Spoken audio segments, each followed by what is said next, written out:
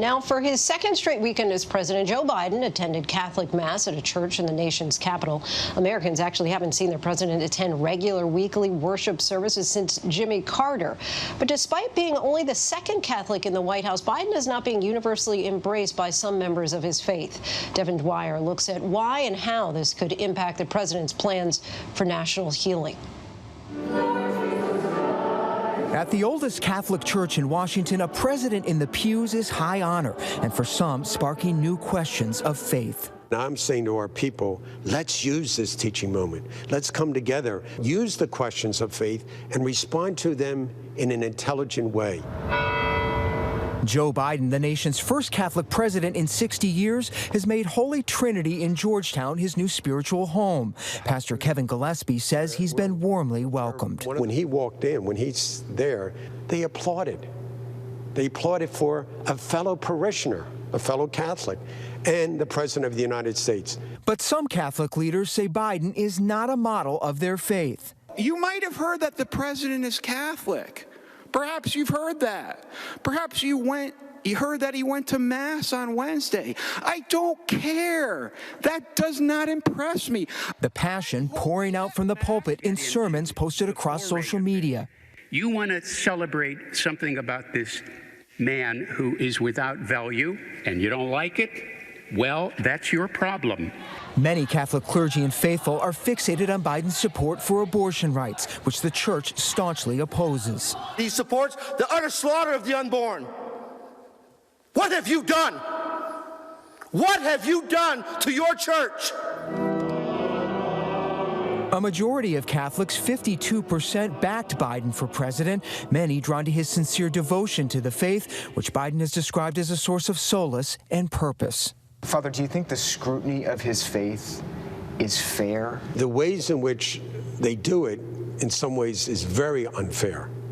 The anger, the vitriolic emails, and but to question a person's position, that's part of the faith tradition, using your reason. And I promise you this, as the Bible says, weeping may endure for a night, but joy cometh in the morning. We will get through this together. On Inauguration Day, the extraordinary rift over Biden among Catholics burst into view.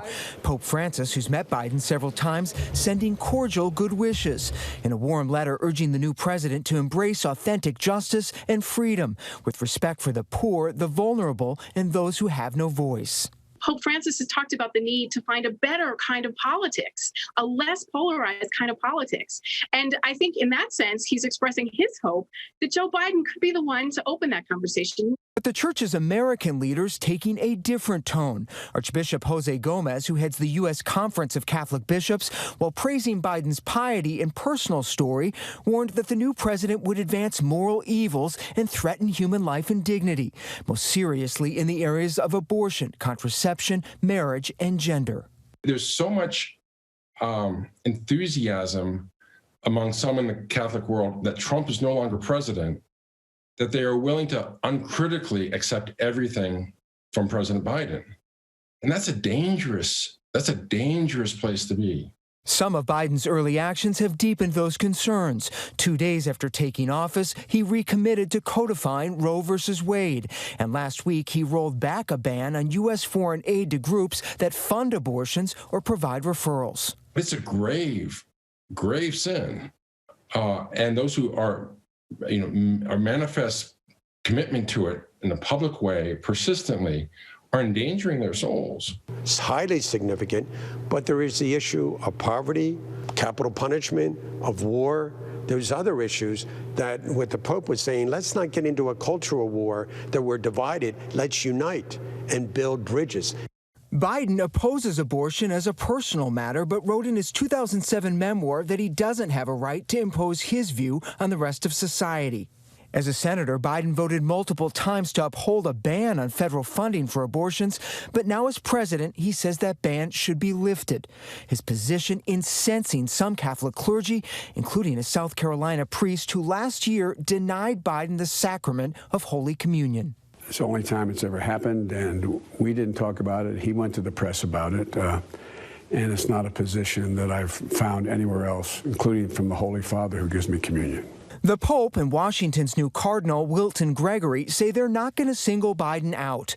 Gregory telling Catholic magazine America he wants a conversational relationship with the president, even in those areas where we obviously have some differences. It may seem just an internal squabble or tussle among Catholics, but it's bigger than that. What happens internally has a political and social consequences on the whole country, even if it's not always visible, but it's there.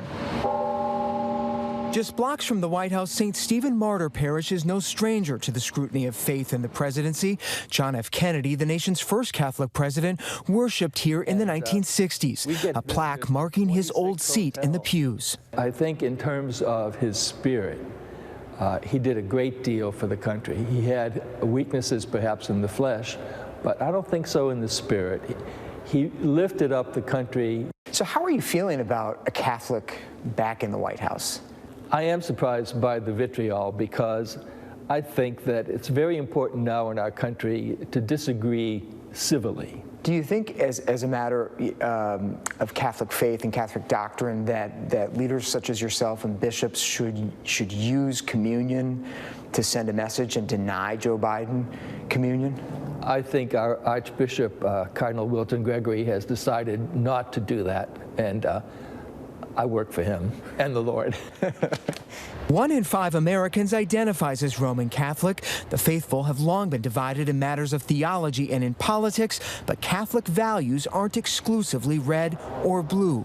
Right now, Catholic Democrats look more like Democrats than they do Catholics, and Catholic Republicans look more Republican than they do Catholic. Biden has a chance to help us all to think about how we might talk to each other, to not diminish the defense of the unborn. And really no leader has been in a position to do that. A conversation many Catholics say their church in crisis desperately needs now more than ever.